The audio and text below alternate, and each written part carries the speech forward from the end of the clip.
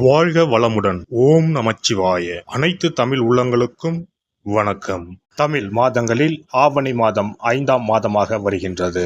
கேரளத்தில் இதுவே முதல் மாதமாகவும் சிம்ம மாதமாகவும் உள்ளது. திருவோண நட்சத்திரத்தில் பௌர்ணமி நாள் வருவதால் இது சிரவண மாதம் என்றும் சிறப்பிக்கப்படுகிறது. மாதங்களுக்கு எல்லாம் அரசன் என்று இதற்கு பொருள். சிங்க மாதம், வேங்கை மாதம் என்ற பெயர்களும் ஆவணி மாதத்திற்கு உண்டு. தேடி வந்து வழிபட்டால் ஓடி வந்து வினைகள் தீர்க்கும் விநாயகப் பெருமானின் திரு அவதாரம் நிகழ்ந்ததும் இதே ஆவணி மாதத்தில்தான். மாதந்தோறும் விநாயகருக்கு உகந்த சதுர்த்தி தினம் வந்தாலும் இந்த மாதத்தில் அவர் அவதாரம் செய்த சதுர்த்தி மட்டுமே விநாயகர் சதுர்த்தி என்று சிறப்பித்து கொண்டாடப்படுகிறது.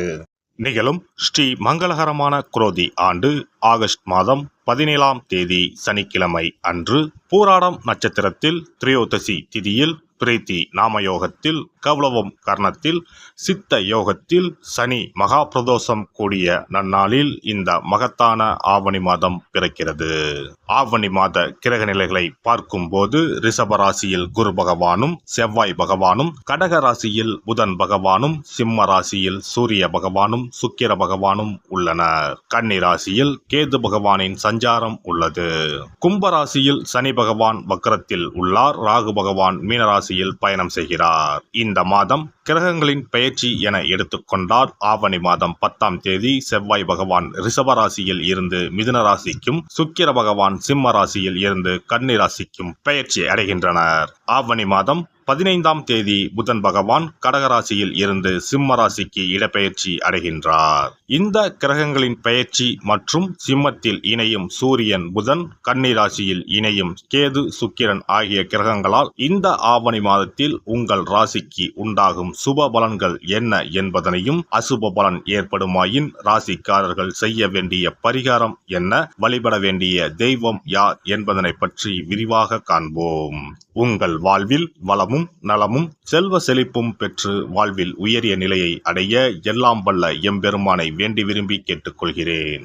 அடுத்தவர்களின் உணர்வுகளுக்கு மதிப்பளிக்கும் குணமுடைய கடகராசி அன்பர்களே, நீங்கள் குடும்பத்தினரை நேசிப்பவர்கள்.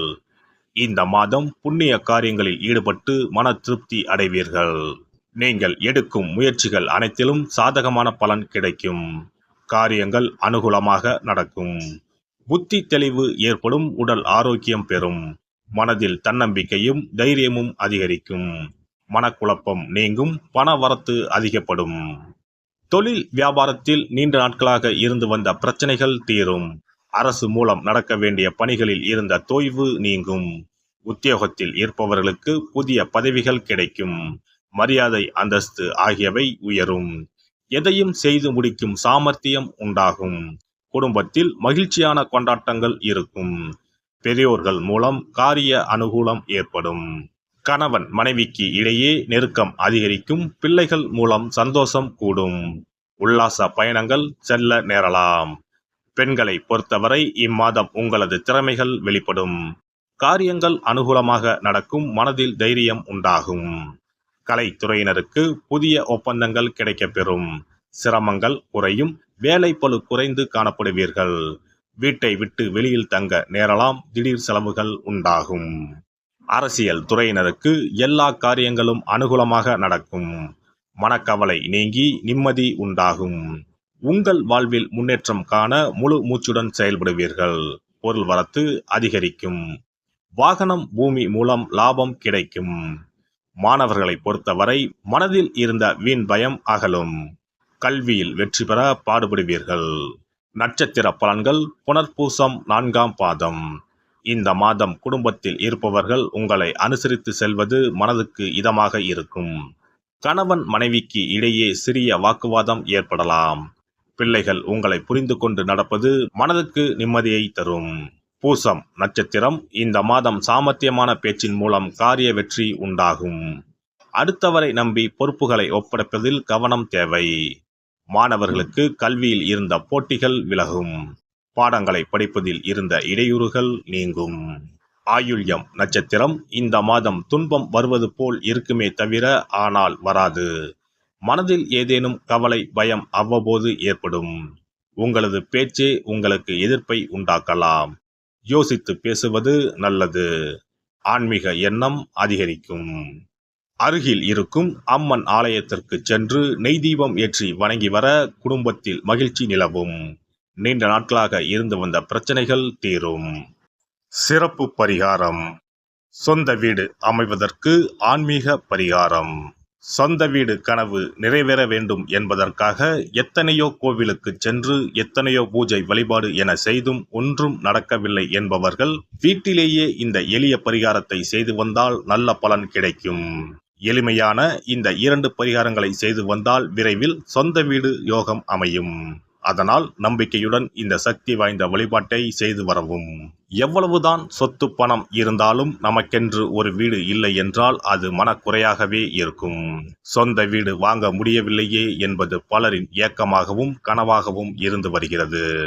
சொந்த வீடு வாங்க வேண்டும், வாங்கிய இடத்தில் விரைவில் வீடு கட்ட வேண்டும், ஏற்கனவே துவங்கியிருந்த வீட்டின் பணிகளை பணப்பற்றாக்குறையால் கட்டி முடிக்க முடியவில்லையே என்ற கவலையில் இருப்பவர்கள் ஏராளம். இப்படிப்பட்டவர்கள் வீட்டிலேயே எளிமையான 2 பரிகாரங்களை தொடர்ந்து செய்து வந்தாலே போதும். சொந்த வீடு வாங்க வேண்டும் என்று நினைப்பவர்கள், அதற்கான முயற்சியில் ஈடுபட்டிருப்பவர்கள் ஒரு சிறிய அகல் விளக்கில் விளக்கெண்ணெய் ஊற்றி தீபம் ஏற்ற வேண்டும். மகா விஷ்ணுவின் அவதாரங்களில் ஒன்றான வாமனரை மனதில் நினைத்து சொந்த வீடு அமைய வேண்டும் என்று பிரார்த்தனை செய்து கொண்டு மாதந்தோறும் வரும் திருவோண நட்சத்திரத்தன்று வீட்டின் அக்னி மூலையான தென்மேற்கு மூலையில் இந்த விளக்கை ஏற்றி வைக்க வேண்டும். அக்னி திசை என்பது மண்ணுக்குரிய திசையாகும். அதாவது அங்காரகன் எனப்படும் செவ்வாய் பகவானுக்கு உரிய திசை இதுவாகும். 3 அடி மண் கேட்டு 3 உலகையும் அளந்தவர் வாமனன். அதனால் அவரை நினைத்து பால் பாயசம் நிவேதனமாக படைத்து வழிபட்டு வந்தால் விரைவில் சொந்த வீடு யோகம் அமையும். மற்றொரு பரிகாரமாக வீட்டில் பயன்படுத்தும் காமாட்சி விளக்கு அல்லது கஜலட்சுமி விளக்கு அல்லது வழக்கமாக பயன்படுத்தும் ஏதாவது ஒரு விளக்கை எடுத்துக்கொள்ளுங்கள். விளக்கை சுத்தம் செய்து மஞ்சள் குங்குமம் வைத்து வாசனை மிகுந்த வெள்ளை நிற பூக்கள் சாற்றுங்கள். பிறகு 5 ரூபாய் நாணயத்தை விளக்கிற்குள் போட்டு நெய் அல்லது எண்ணெய் ஊற்றுங்கள். ஒரு சிறிய தட்டின் மத்தியில் மஞ்சள் குங்கும பொட்டு வைத்து அதன் மீது 5 ரூபாய் நாணயத்தை வைத்து நாம் ஏற்கனவே தயார் செய்த விளக்கை இதில் வைத்து விளக்கினை ஏற்ற வேண்டும். தினமும் காலையில் 6 மணி முதல் 7 மணிக்குள் இந்த விளக்கை ஏற்றி வந்தால் விரைவில் வீடு கட்டுவீர்கள். 5 ரூபாய் நாணயம் என்பது குபேரனுக்கு உரியதாகும். இதை விளக்கில் போட்டு ஏற்றுவதால் வீடு கட்டுவதற்கான அல்லது வீடு வாங்குவதற்கான பணம் ஏதாவது ஒரு வழியில் உங்களுக்கு கிடைக்கும். காலை 6 மணி முதல் 7 மணி வரையிலான நேரம் என்பது ஞாயிற்றுக்கிழமையில் சூரியன், திங்கள் கிழமையில் சந்திரன், செவ்வாய்க்கிழமையில் செவ்வாய், புதன் கிழமையில் புதன், வியாழக்கிழமையில் குரு, வெள்ளிக்கிழமையில் சுக்கிரன், சனிக்கிழமையில் சனி என நவக்கிரகங்களில் பாவ கிரகங்களான ராகு கேதுவை தவிர்த்து மற்ற 7 கிரகங்களையும் குறிக்கும் ஹோரை நேரமாகும்.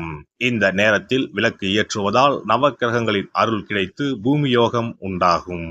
எந்த ஒரு பரிகாரம் என்றாலும் மனதில் முழு நம்பிக்கையோடும் இறைவனை உறுதியாக வேண்டி வழிபாடு செய்தால் மட்டுமே பலன் தரும்.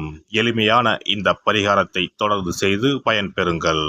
எல்லாம் வல்ல இறையருளால் நீங்களும் உங்கள் அன்பு குடும்பமும் உடல் நலம், நீலாயுள், நிறை செல்வம், உயர் புகழ், மெய்ஞானம் ஓங்கி வாழ்க வளமுடன். இந்த வீடியோ பதிவு உங்களுக்கு பிடித்திருந்தால் லைக் பண்ணுங்க, கமெண்ட் பண்ணுங்க, ஷேர் பண்ணுங்க, மறக்காம சப்ஸ்கிரைப் பண்ணுங்க, பக்கத்துல இருக்கிற பெல் பட்டனை கிளிக் பண்ணுங்க. நன்றி, வணக்கம். ஓம் நமச்சிவாய. சிவாய நம.